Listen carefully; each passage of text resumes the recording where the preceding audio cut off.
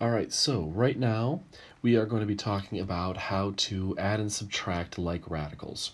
So if we had a problem, let's start off with reminding ourselves of some more basic algebra. If we had the problem x plus x, well, we would say that's 2x. And if I had the problem 3x plus 4x, well, we would say that's 7x. What we're doing here is we're combining like terms. We're adding the coefficients, 3 and 4, to make 7. This is saying we have 3 x's, and I add 4 more to them. So in total, we have 7 x's. Right here, we're saying I have 1 x, and I add another x, so we have 2. Remember, there's like an imaginary 1 coefficient in front of these. So we're adding the coefficients together and keeping that variable. Let's keep this idea going, but this time let's use radicals. Imagine I had the square root of x. And I said, add another root x to this. Now, this is where it gets a little more abstract, a little more difficult. When you have like radicals, we can't really picture them in the real world. So just imagine to yourself that you have a root x, and I gave you another root x. How many root x's would you have? Well, you would have 2 root x's. Oh gosh, 2 root x's. And this is behaving exactly like combining like terms. Just like we did up here with like terms, we're working here with like radicals. Like radicals, and we're going to define these. The definition for like radicals will be radical expressions, so things that have square roots in them, radical expressions that have the same radicand,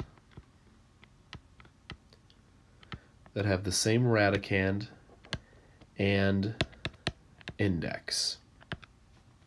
So we have 2 important things here. Like radicals have to meet 2 qualities. We have to have the same radicand and the same index. Remember, the radicand is what's on the inside. This is the radicand. All the stuff that's on the inside of the radical. The index is right here. Now here it's a blank space because we're taking the square root of 2. But it could be, let's say we had a 3 there. We're taking a cube root. Let's say we had a 4 there. We're taking the 4th root. What the index does is it tells us what root we're taking. So let's get a new sheet of paper and let's really try and identify from a couple examples what are like radicals.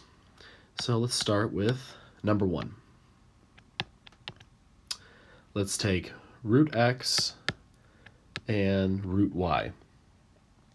Are these 2 things like radicals? No, they're not like radicals at all because they have different index. Not the same, I'll get used to the stylus, don't worry, not the same radicand. Oh my gosh, this stylus is not working out for me. Not the same radicand. Okay, so since the numbers on the inside of the radical, or the variables on the inside of the radical, aren't the same, we can't do anything with them. These are not like. This is like trying to combine x and y. We can't. They're not the same thing, so we're kind of stuck right here. So these are not like radicals. Let's do another example. All right, let's say I had the square root of 3x, and I'm going to add to that the cube root of 3x. Are these like radicals? All right, there should be a resounding no, they are not like radicals. Yes, they have the same radicand, so we'll say they do have the same radicand. So the stuff on the inside's the same, however, this time they have different index. Their indices are different. This is a square root. There's like an imaginary 2 right there. This is a cube root. They're two totally different things. We cannot combine these. These are not like radicals. All right, let's try another example. If I had something like the square root of 5x y, let's put two variables in there, and I said add that to 3 root 5xy, are these like radicals? Well, let's see. The radicands are the same. And the indices, am I taking both of these radicals as square roots? Yeah, these are both square roots. It's not like I have a square root and a cube root, or a fourth root and a seventh root. No, we're just taking the exact same root. So yes, these are in fact like radicals. So hopefully you're getting the idea of what is the requirement for a like radical. Let's actually go ahead and finish this problem. So we have 1 root 5xy here, and I'm saying add 3 more onto this. How many are left? Well, first off, remember there's an imaginary 1 right out front here, like that imaginary coefficient. There's an imaginary 1 right there. Our answer is going to be 4 square root 5xy. What this is saying is, and let's come up with a process for this. Process. This will be our process for combining like radicals. Step 1. Get, oh my gosh. First I got to get a better stylus. Step 1. Get the radicals to be like, we're going to call them, get them to be like by simplifying.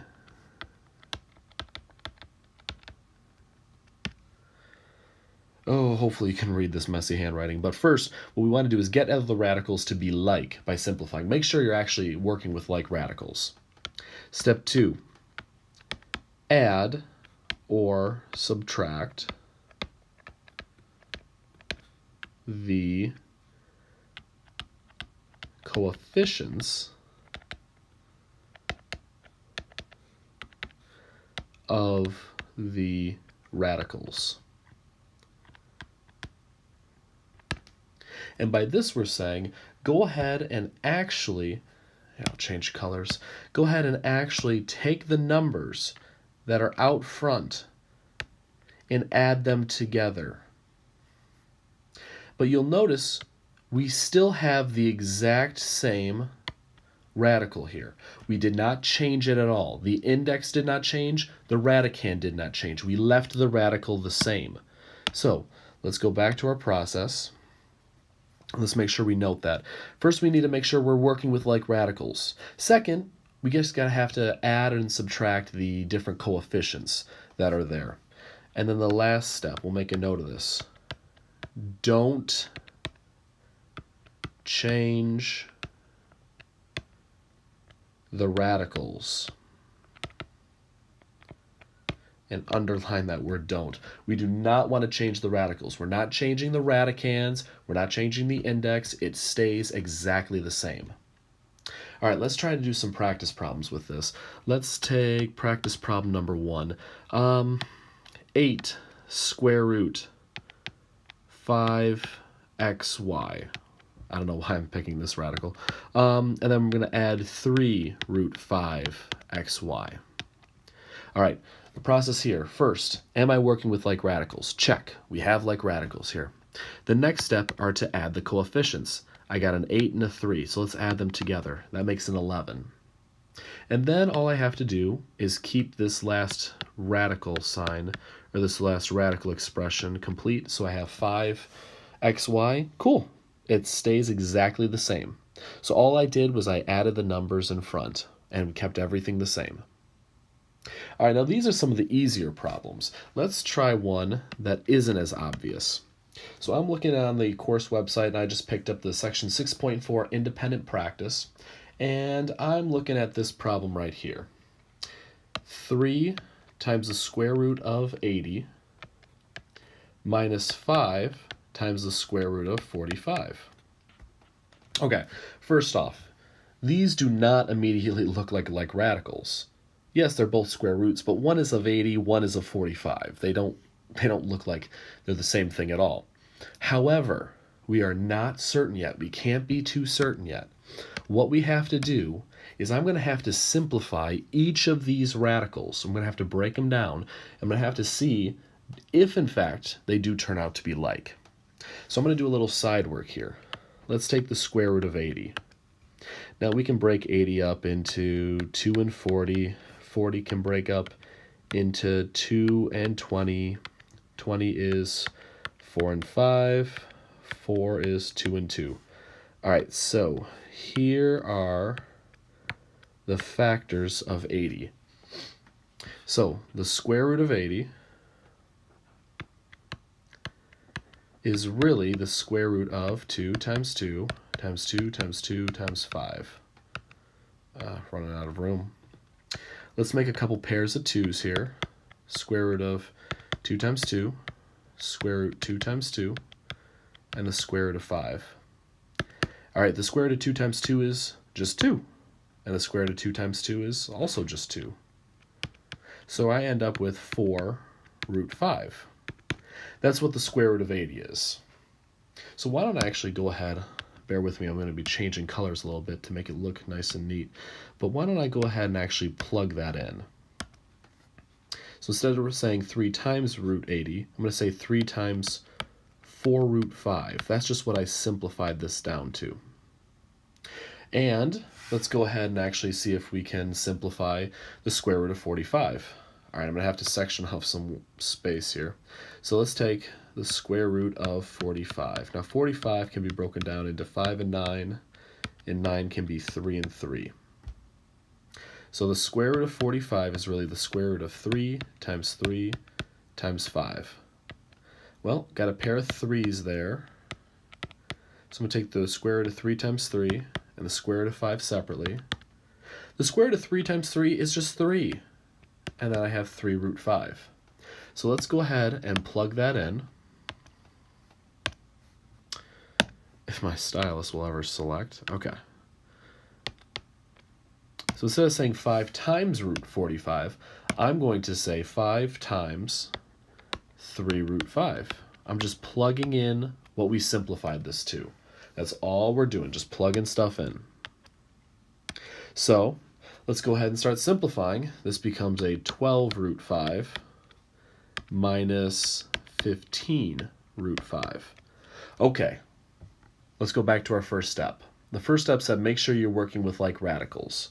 And to go ahead and actually simplify radical expressions just so you can test to see if they are in fact like radicals. And what do you know? We have like radicals here.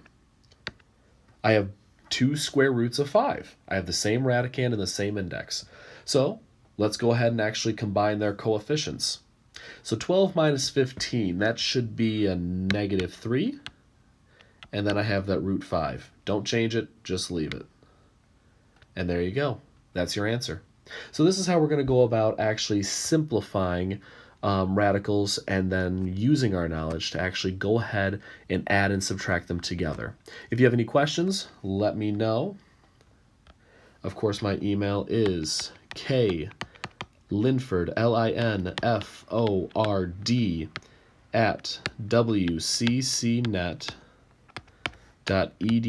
Let me know if you have any more questions or if I need to clear anything. Hopefully this helps out.